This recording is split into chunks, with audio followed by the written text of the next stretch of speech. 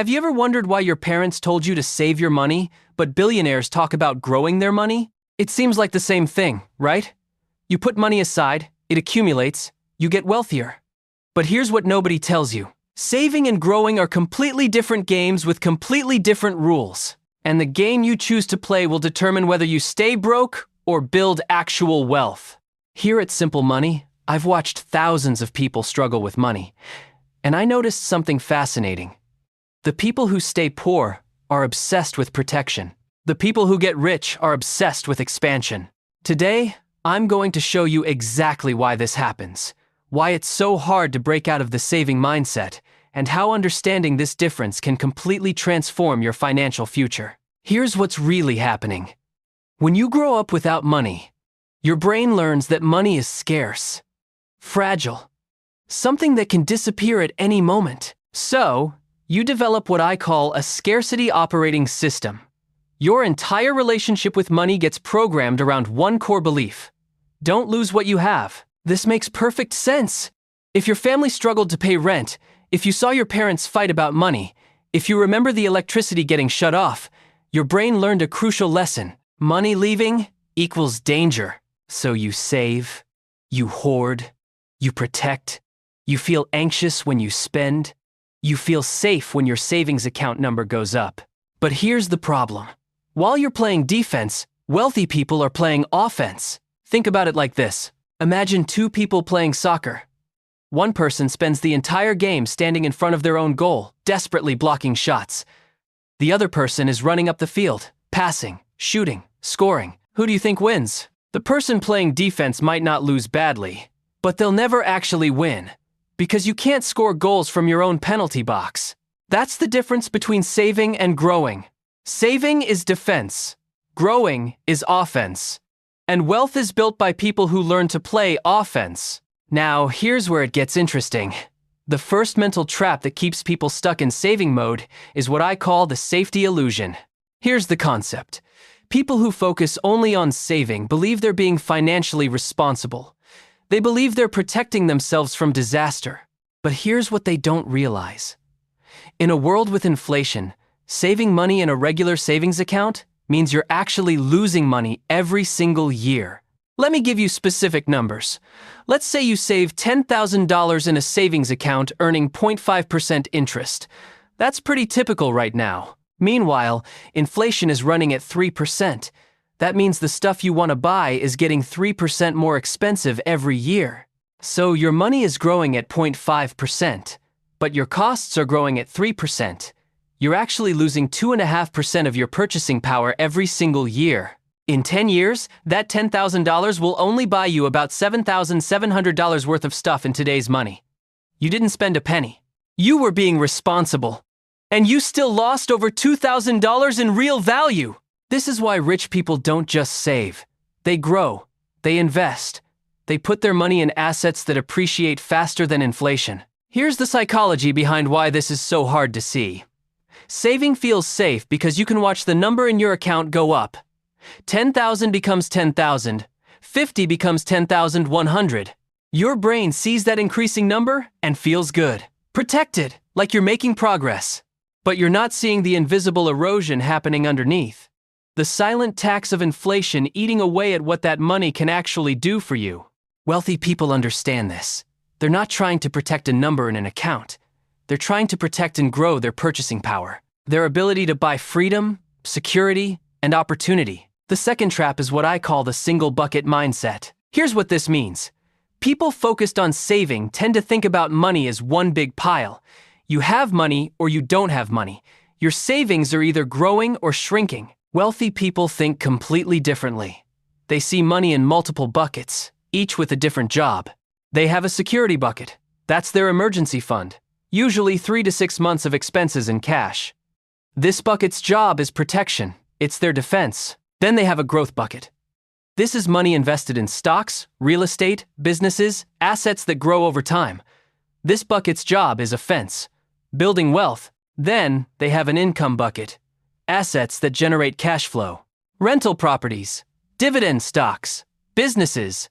This bucket's job is creating freedom. And finally, they have a spending bucket, money for living life now. enjoying the present. This bucket's job is making sure you're actually living, not just surviving. Here's why this matters so much. When you only have one bucket, every dollar has to do every job. Your savings have to protect you and grow, and fund your life, and give you freedom. That's impossible. It's like asking one employee to be the security guard and the salesperson and the accountant and the janitor all at once. They'll do all of those jobs poorly. But when you split money into different buckets with different jobs, each dollar can focus on doing one thing really well. Let me give you a specific example. Imagine you have $20,000 saved. You feel pretty good. That's your safety net. Then your car breaks down. Major repairs, $4,000. You pay it from your savings. Now you have $16,000. Then your company announces layoffs. You panic. Your emergency fund just got way smaller. You feel vulnerable, scared. So what do? You cut your spending. You stop investing in yourself. You hunker down. You go into pure survival mode. Now imagine instead you had that $20,000 split up. 3 months expenses, about $12,000, in your security bucket. That's untouchable except for real emergencies. The other $8,000 in your growth bucket, invested in index funds? When your car breaks down, you pay for it from your regular cash flow. Maybe you pull from a car repair sub-account you've been funding. Your security bucket doesn't get touched. When the layoff announcement comes, you look at your security bucket. Still fully funded? $12,000? 3 full months of safety? You still feel concerned about the layoffs. But you don't panic. You don't stop investing. You don't go into survival mode. Because your defense is still intact. That's the power of the multiple bucket approach. Each bucket does its job, and you can play offense and defense at the same time. The third trap might be the most insidious. It's called the delayed life syndrome. Here's what happens. People who only save often delay everything. They delay investing because they want a bigger emergency fund first. They delay starting a business because they want more saved up first. They delay living life because they want to feel secure first. The problem is, they never feel secure enough. The finish line keeps moving. First, it's save $1,000, then $3,000, then 6 months of expenses, then a year of expenses, then enough to feel totally safe. But here's the cruel truth. If you're operating from scarcity, no amount of money will make you feel safe. Because the fear isn't really about the number in your account, it's about your relationship with uncertainty. Wealthy people have a completely different approach. They don't wait until they feel ready. They build while they save. They invest while they protect. They live while they plan. Here's why this matters. Every year you delay investing is a year of compound growth you lose forever. Every year you delay starting a side business is a year of learning and income you give up. Time is the most valuable asset in wealth building, and you can't get it back. Let me give you specific numbers to show how devastating this delay can be. 2 people, both 30 years old. Both decide they want to invest for retirement. Person 1 waits until they feel totally ready. They want to save up a huge emergency fund first.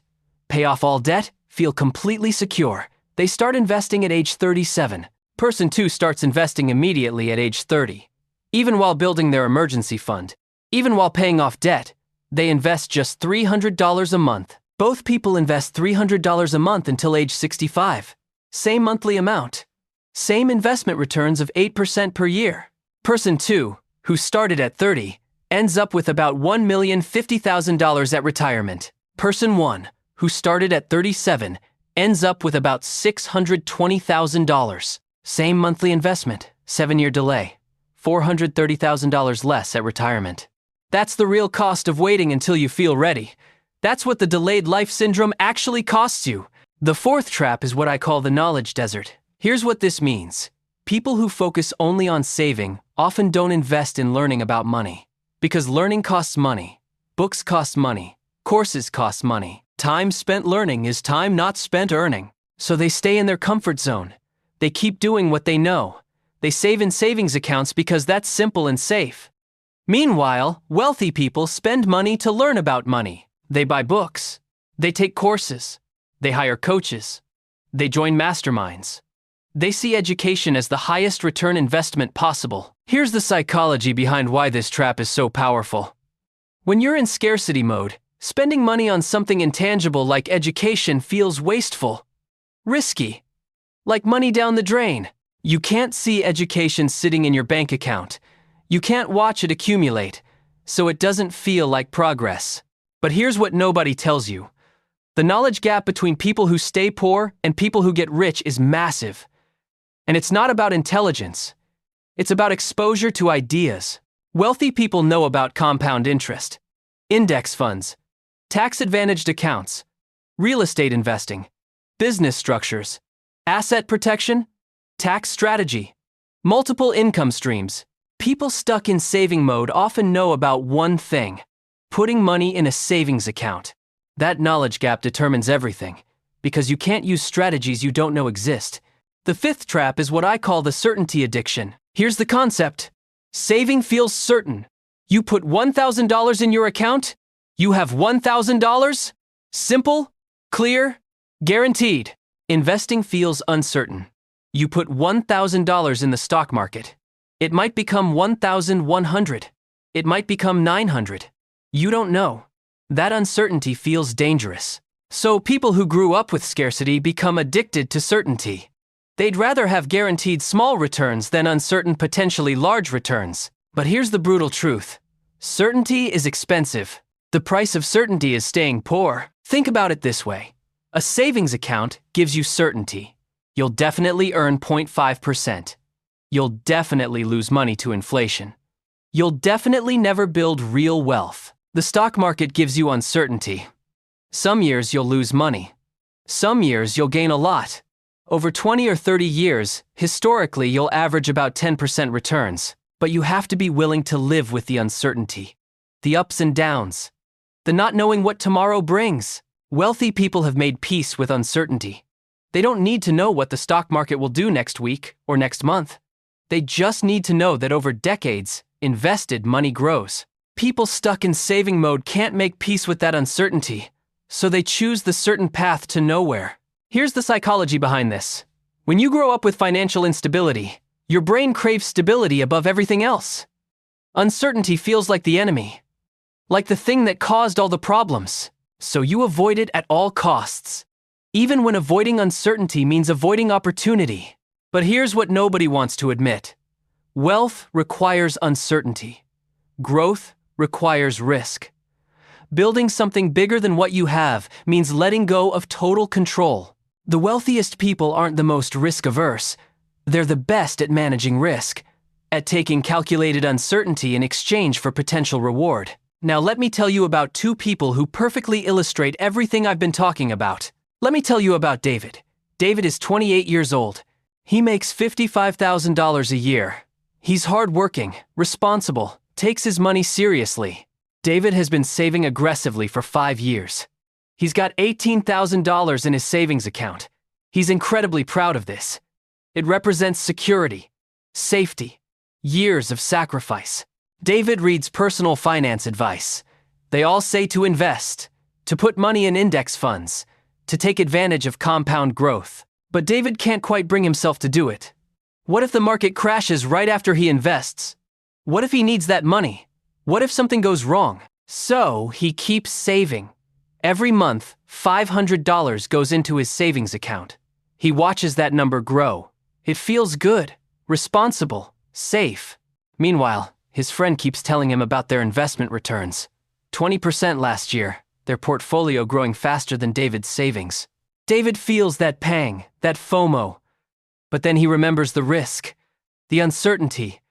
He tells himself he's being smart, patient, waiting for the right time. 5 years pass. David now has $48,000 in savings. That's amazing discipline, incredible consistency. But here's what David doesn't realize. Inflation averaged 3% over those 5 years. The $48,000 he has only has the purchasing power of about $41,000 in year one money. And if he'd invested that money instead in a simple index fund averaging 8% annually, he'd have about $65,000 right now. He chose certainty. It cost him $17,000 in lost growth, plus the ongoing loss to inflation. David isn't stupid. He isn't lazy. He's just trapped in the saving mindset, playing defense, protecting what he has, never building anything bigger. Now let me tell you about Rebecca. Rebecca is 29 years old. She makes $57,000 a year. Almost the same situation as David, but Rebecca thinks completely differently about money. When Rebecca got her first real job, she immediately split her money into buckets. She opened a high-yield savings account for her emergency fund. She opened a brokerage account for investing. She set up automatic transfers to both. Every month, $300 went to her emergency fund. $300 went to investments. She lived on the rest. When her emergency fund hit 3 months of expenses, about $10,000, she stopped adding to it. It was doing its job. Defense was covered. Now, all $600 per month went to investments. Automatically. She didn't think about it, didn't worry about market timing, just kept buying index funds every single month. Some months, her portfolio would drop. She'd see red numbers. She'd feel that fear, that uncertainty, the urge to stop and protect what she had. But Rebecca had learned something crucial. She wasn't investing for this month or next month. She was investing for 25 years from now. She zoomed out. She looked at 100-year stock market charts. She saw that despite crashes, depressions, recessions, wars, and pandemics, the market kept going up over time. So when her portfolio dropped, she didn't panic. She actually felt a weird kind of excitement, because her automatic investments were now buying shares on sale. Meanwhile, Rebecca also invested in herself. She spent $500 on a course about tax strategy. She learned about retirement accounts, about Roth conversions, about tax loss harvesting. That $500 course probably saved her $5,000 in taxes over the next 5 years. And it taught her strategies she'll use for life. 5 years later, Rebecca has her $10,000 emergency fund. Still there. Still providing security. But she also has $42,000 invested. And because it's been invested through ups and downs, through growth and corrections, it's actually worth about $55,000 now. Rebecca has the same security David has. But she also has $45,000 more in wealth. And that wealth is working for her. Growing. Compounding. Rebecca isn't smarter than David. She didn't have any advantages. She just understood something fundamental. Security and growth aren't opposites. They're partners. You don't choose between defense and offense. You do both. At the same time. Here's what most people don't realize. The difference between staying poor and building wealth isn't about how much you make. It's not about how much you save. It's not even about how good you are with money. It's about which game you're playing. If you're playing the saving game, your goal is to not lose, to protect, to accumulate a number in an account.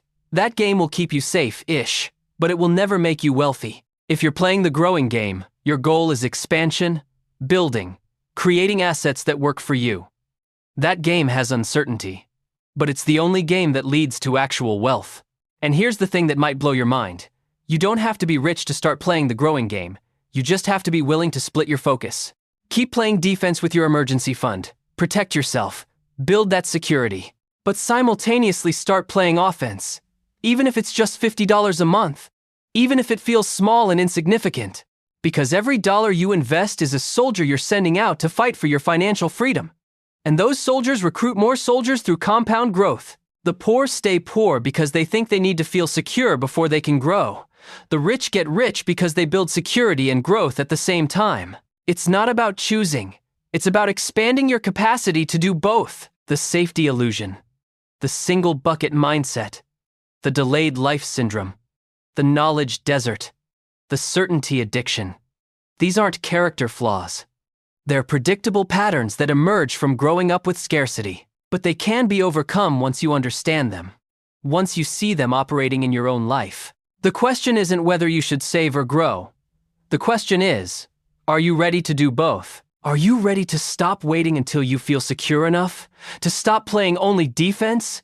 To start building while you protect? Because I promise you, that moment when you feel totally ready will never come.